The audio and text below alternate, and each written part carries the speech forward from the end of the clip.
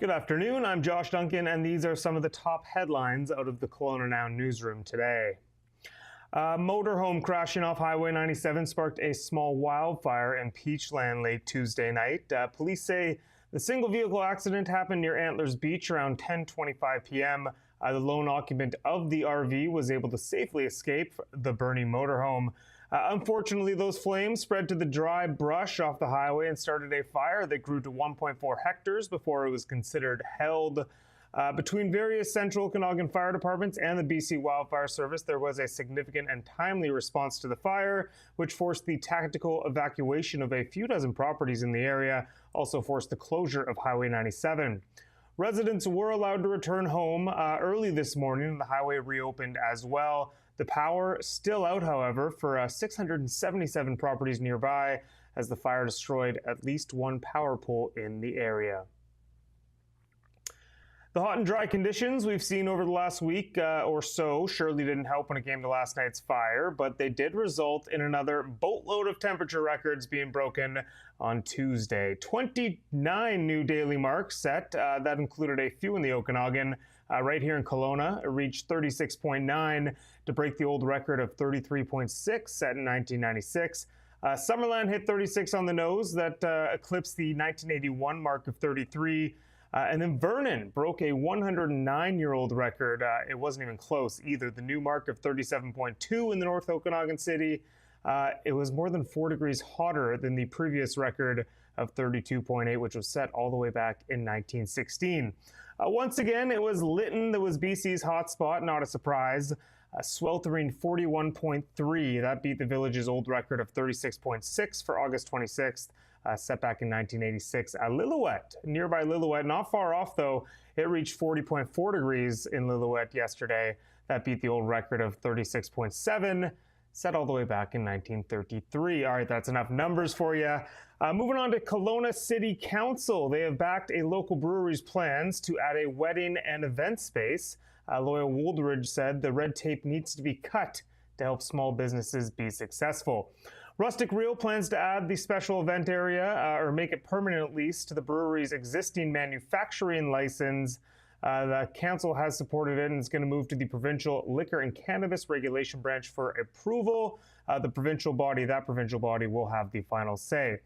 The special events area, you might be familiar with it. It's in the back of the beer hall, or it's in the beer hall at the back of the brewery. It's a space that has been used occasionally under a temporary expanded service area permit since the pandemic. Under the TESA permit, the brewery has been able to use the space for markets and other events such as weddings. Owner Susie Forg now looking to make it a permanent fixture. That story on the Rustic Reel efforts, it was written by our council reporter, Cheyenne Lorraine. She returned from vacation yesterday and has posted several very intriguing council and development related stories. Be sure to go check those out at KelownaNow.com.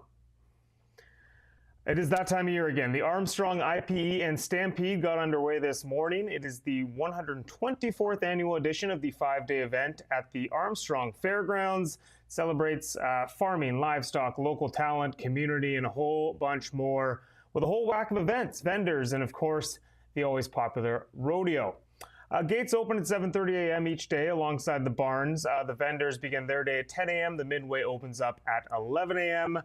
Rodeo each night begins at 7:30 p.m. And then you can also look forward to the barn dances on Friday and Saturday evenings. Of course, the IPE parade will wind its way through town, town being Armstrong, of course, Saturday morning as well.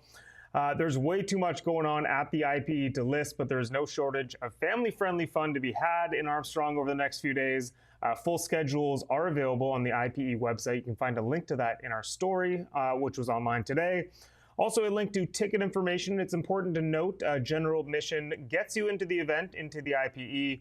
However, tickets to the rodeo, barn dances, and midway games are all sold separately. All right, wrapping up now with a little update on Pirate Pack Day in the Central Okanagan. The annual White Spot fundraiser in support of Zajac Ranch was held exactly 2 weeks ago today. Another wildly successful year. Nearly 1,500 Central Okanagan diners bought Pirate Packs at the Kelowna and West Kelowna locations, devouring more than 50,000 fries, 1,000 burgers and sandwiches, and 750 chicken fingers over the course of the day. They all got a scoop of ice cream and a chocolate gold coin with the Pirate Pack as well. Most importantly, $2 from each of those Pirate Packs sold went to Zajac Ranch, a BC-based charity dedicated to providing unforgettable camp experiences to children and young adults with serious illnesses and chronic disabilities. A truly fantastic cause. The fundraiser has raised over $1 million across BC for the camp since Pirate Pack Day's inception a little over a decade ago. So fantastic stuff from White Spot. Maybe go get a legendary burger tonight if you missed out on Pirate Pack Day. All right, a quick look at the forecast. A little reprieve with the heat and sunshine today. It's been cloudy. We're right around 30 right now. Should get a little hotter this afternoon, maybe 32, 33. Then partly cloudy, a low of 18 overnight. Mainly cloudy conditions expected again on Thursday, this tomorrow, a high of 32. A little cooler after that big stretch of hot weather. I think some sunshine is supposed to come back in full force on Saturday, though, perfect for the long weekend. All right, that is it for me today, but you can read up on all these stories and plenty more at KelownaNow.com. Have yourself a fantastic evening. I will be back here in this chair tomorrow to chat more Kelowna Now headlines. We'll see you then. We don't just report the news. We live here too.